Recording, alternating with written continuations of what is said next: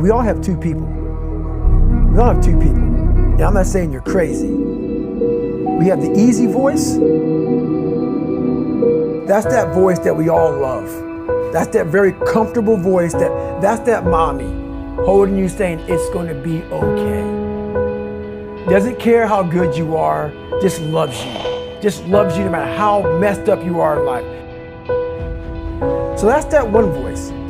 This other voice that we walk very far away from is a voice saying, hey man, you ain't doing shit. So we try to get this voice out of our head completely. And we live over here in this land. So what you have to do first is turn up this voice over here. The voice saying things to you that aren't nice.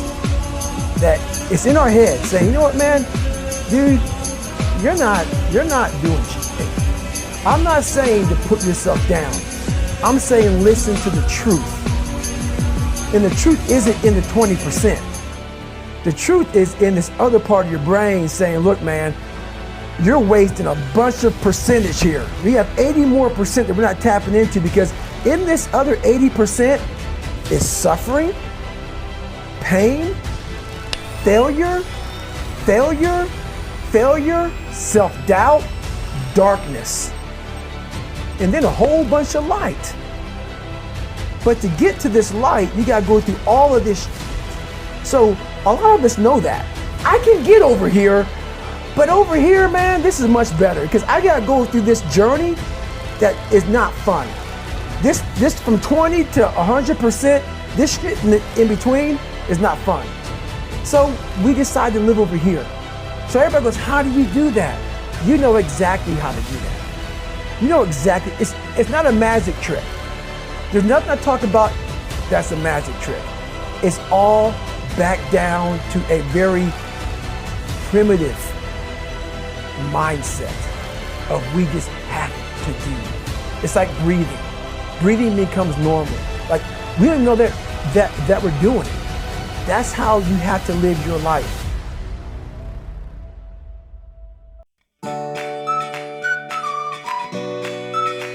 When that alarm clock goes off at 4 or 5 in the morning, your mind says no. You just say, this is what we do. It's what we do now. Because to get to where you want to go, the amount of pain involved, I'm not saying physical, I'm not saying you got to break yourself off. The amount of mental pain of how many times you're going to have to do something that you don't want to do to get to where you want to go.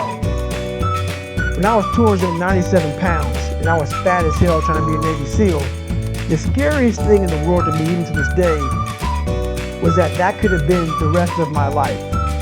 I thought then I was trying hard. That's the scariest thing in the world.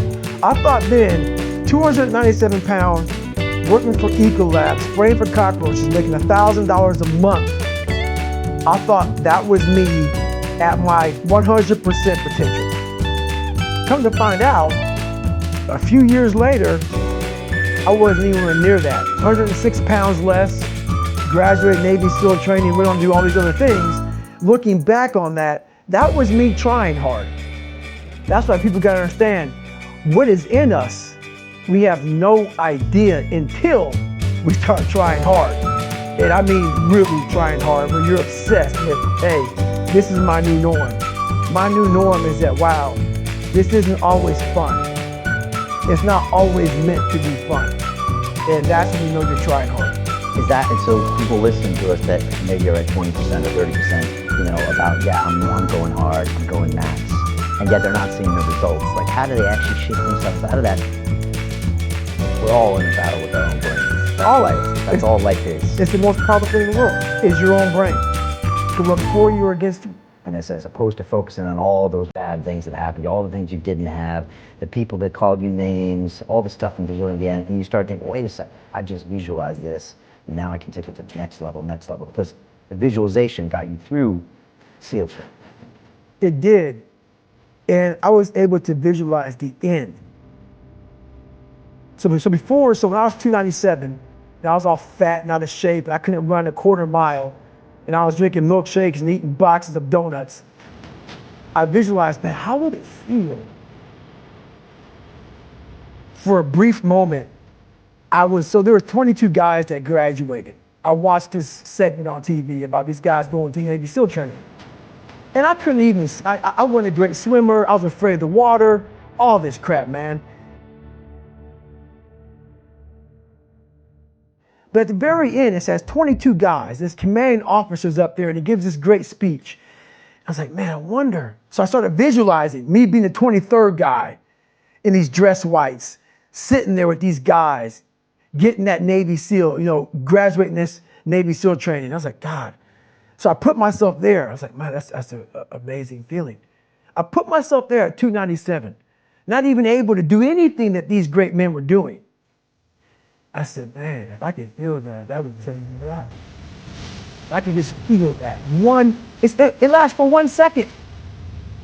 You get that certificate, you walk across the stage, and what's next? But I didn't know that then. My mind was that I thought I would live in that moment forever. So I said, wow, man, if I could just feel like that. If I could feel like that. And what was that feeling you wanted so bad? Was that No, victory. I wanted to win. Not like beat somebody else. It wasn't about that. I just wanted to go the distance. Everything in my life, when something got hard, I quit. If it was reading, that's where, I wasn't great at reading. I wasn't great at writing, so I just quit. I couldn't catch on as fast as you. I had to work harder than you, so I quit. I wasn't great at things, so I quit. I'm not good at this. Like, man, if I could just go that distance, that extra mile, to just go, just to finish. I want to finish. I want to feel victory. And victory for me wasn't winning, it was just finishing. So I said, you know what? If I could feel like these guys feel, it would change my life. But what I realized, the best feeling I had was when I was by myself trying to lose this weight. I had to lose it in literally less than 3 months. 106 pounds in less than 3 months. And literally, I started feeling victory just by putting myself in the battle. It wasn't about going to Navy SEAL training. It wasn't about being the 23rd guy in that chair. I started realizing, man, just by going to war with myself every day and putting these challenges and these goals and these obstacles, these insurmountable obstacles. So it wasn't about losing 106 pounds. Me losing 5 pounds was an accomplishment. Me losing 10 pounds and then 50 pounds. And then the more I did this, the more I gained confidence. And then the more I gained confidence, the more I realized these guys can't do what I'm doing right now. I had no coach, had no trainer, had no money. I didn't know how to lose weight. I had no knowledge of what I was doing. I was just working. I was just sacrificing. And then through that, all these different tools started coming up.